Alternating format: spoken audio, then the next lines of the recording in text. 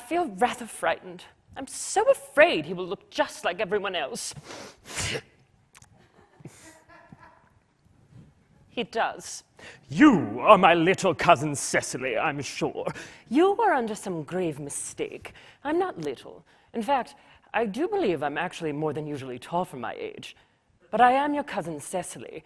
And you, I see, are also here helping Jo Michael Rezes with their TEDx talk. And you are my cousin Ernest.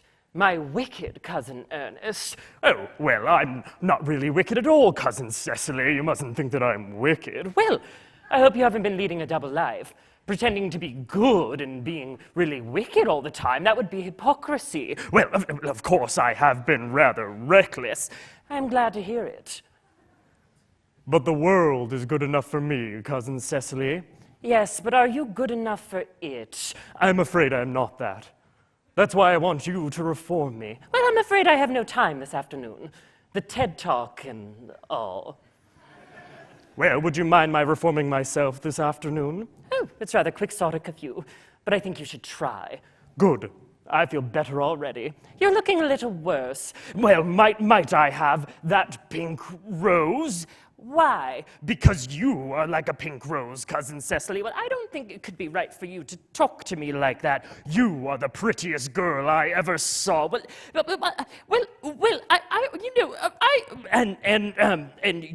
all good looks are a snare, and well, it's a snare that every sensible man would like to be caught in, and I'm so sorry. I didn't finish rehearsing.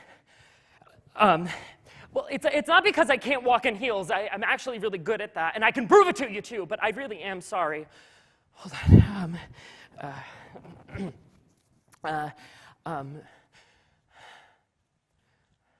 No matter. No matter. Right. Introductions. It's a TEDx talk. Right. Hi there. My name is Jo Michael Rezes, and I'm a PhD student here in theater and performance studies. And I specialize in the study of queer identities as they maneuver and affect the perceptions of time in the performance of camp. You know, camp? Sincerity in irony's clothing? Making the kitsch feel like home? No? The Met Gala theme from 2019 that was thoroughly misunderstood by over 95% of its attendees? No?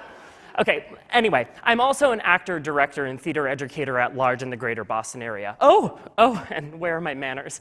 The friends I brought with me today are Algernon and Cecily from Oscar Wilde's famously well-known play, The Importance of Being Earnest. And they'll be back, don't worry. I've only scared them off a bit, and let's be honest, it wouldn't be a TEDx talk without things wrapping up nicely at the end, would it? You know, I hope that wasn't too awful, though. It was awkward, I know, to watch me fail. To fail at what exactly, though? To play a man and a woman at the same time? I mean, to play a man and a woman when I'm actually neither? Why does it feel so awkward when we see someone fail at gender, and why do we care? I mean, obviously me screwing this up was done on purpose. Obviously I had this all perfectly memorized and rehearsed for today, right? Right? Well, I'm here today to talk about gender performativity and the ways in which I've used my acting classroom as a space to disrupt the finality of gender performance, to open up a looser space for thinking about gender identity through supportive failure, generous mistakes, and honest communication. We all, actors or otherwise, can play with gender in our everyday lives. And I call this gender rehersativity. Now, before all of the queer theorists and women's studies degree holders and Judith Butler fanatics in the audience start to tear the half and half hyper-binary costume off of my body, let me first explain where popular culture has already begun to misunderstand gender performativity before I move into the rehersativity I hold so dear. Now, as an educator and as a youngish 20-something-year-old trans person, I'm constantly hearing from my 20-something-year-old students, friends, and colleagues that gender is over. That gender is so fluid and carefree, and that society, film, and television are so inclusive of transgender people that it's basically over. Now, I don't ascribe to the binary as a non-binary person myself, but gender definitely isn't over. Or at least I don't think it is.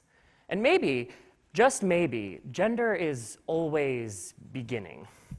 This last semester, at roughly 10:23 a.m., two of my acting students, while embodying delicious caricatures of fraternity brothers, forgive me, I don't remember his or his name, well, they rounded up the class, and these two women in snapbacks and baggy clothing slacked their mouths to reveal lax jaws and lax bro mentalities. And astounding as it was to watch, these women fluctuated between irony and satire, the uncanny and the ruthlessly so, pain and joy, until ultimately they failed to be the men they were choosing to embody. They simply stopped talking. Silence. A lull hit the class, and time seemed to be sucked clean out of the room. And in this moment of loud stillness, one of the women, still using her frat bro voice, though fully out of character, said nearly in a whisper, "Gender is a social construct." I'll admit, I laughed along with my students that morning, partially at the comedic timing that my student had in her delivery, but also at the fact that society has turned gender performativity into gender as social construct. Now, listen to this. I think that this idea has come from renowned queer studies scholar Judith Butler, whose seminal work in the performativity of gender has gone on to be a staple in undergraduate classrooms at liberal arts institutions. Now, this SparkNotes version of Butler's work is found in the idea that gender exists in repeated words and actions. And these performatives create and are created by the bodies of real human beings. Now, listen to this. Moreover, in a 1988 essay, Butler claims that gender is an act which has been rehearsed. In this way, gender through repetition becomes a recognizable script which requires actors to reproduce it. Much like my attempt at the importance of being earnest. Oh, I mean, look at my costume. Why does this half make me feel manly, masculine, suave, and this half makes me feel girly, fabulous, and feminine? I mean, some of us even forget that gender is there because it is so well rehearsed into our bodies. But there's always an ideal of gender that we can never quite achieve. But it's up to us to play with it. Now, I've played with gender throughout my own career as an actor, and in one semester as an undergraduate student, I was cast in two roles simultaneously: Brad Majors in the Rocky Horror Show and Charlotta Ivanovna in the Cherry Orchard. One man, one woman, and one me. I would go from one rehearsal playing the manly, aggressive Brad, only to be pulled moments later into a wig and delicately blended eyeliner as Charlotta, a German governess. The constant push and pull of these identities was not only invaluable to my work as an actor, attempting to span the spectrum of gender in my work, but it also revealed to me that my own queer identities are deeply indebted to embodying the extremes of gender. These characters held important facets of my identities, of my body, my daily pain, of my social interactions, of my memories, and rehearsing these characters allowed me to explore those identities, which has opened up my need as an acting teacher to show the importance of playing with gender in rehearsal. So, when I present to you all Cecily and Algernon, there are these parts of these two characters that I respect, understand implicitly, oppressions I can relate to, fears I can embody, aggressive tendencies that I try to forget. But there are also plenty of characteristics with which I have no personal experience, nothing I can draw from. And sometimes, in a flurry of rehearsal, of reading a script, of creating a character, well, we make a mistake. Algernon's aggressive flirtation towards Cecily doesn't sit well in my body, or Cecily's calm demeanor, as written by Oscar Wilde, just doesn't sit right, and I literally trip up. Now, this TEDx talk is a performance in front of so many people, and it differs quite drastically from my classrooms in that regard, but there is such a recognizable pressure in our daily lives to perform our gender, ourselves, on a stage like this. Quite frankly, failure to pass as a man or a woman effectively is still dangerous for transgender and gender nonconforming people. And listen to this. According to the 2015 US Transgender Survey, nearly half of respondents voiced that they had been verbally harassed in the past year because of their gender identity or expression. And that number is shown only to increase in communities of color. Many of us now claim to view gender on a spectrum. And that's great, and including 60% of Generation Z individuals who reported to the Pew Research Center in 2019 that they believe forms with boxes for male or female should include more gender options. But in spite of this, there is still latent fear of making gender mistakes in offices, in classrooms, in the eyes of the government, in romantic situations, and for some of us, even in the mirror when we wake up in the morning. But our gender mistakes have the potential for something good. Even in the binary, approaching life on the stage as a man or a woman, we can support each other in experimentation, trips and stumbles, 2-hour-long meditations on, or 5-second costume changes with gender. And failure is a key part of Judith Butler's theory of performativity. But I do believe that for most people, like you all out there, you might hear performativity and hear perform. That's to say, performance ready. Or if not performance ready, perhaps performance in general gives you anxiety, or the stage fright that I have to this very day. What we need to understand is that failing at gender can and should be a positive generative process. The mistakes we make with gender can only help us grow and better understand the multitudes of gender around us. But we need to make space for these mistakes. We need to hold space for failure. And that's where rehearsativity comes into play. Now, one of the main points I like to make with my acting students when they're last-minute panicking about a monologue or a scene is that no one is ever actually ready. I mean, we're never actually done rehearsing. We're just put in front of an audience. When I taught a workshop on gender bending this last summer at Somerville Arts for Youth, I made it quite clear to a group of middle school age students that you cannot be a bully and a good actor at the same time. It's impossible.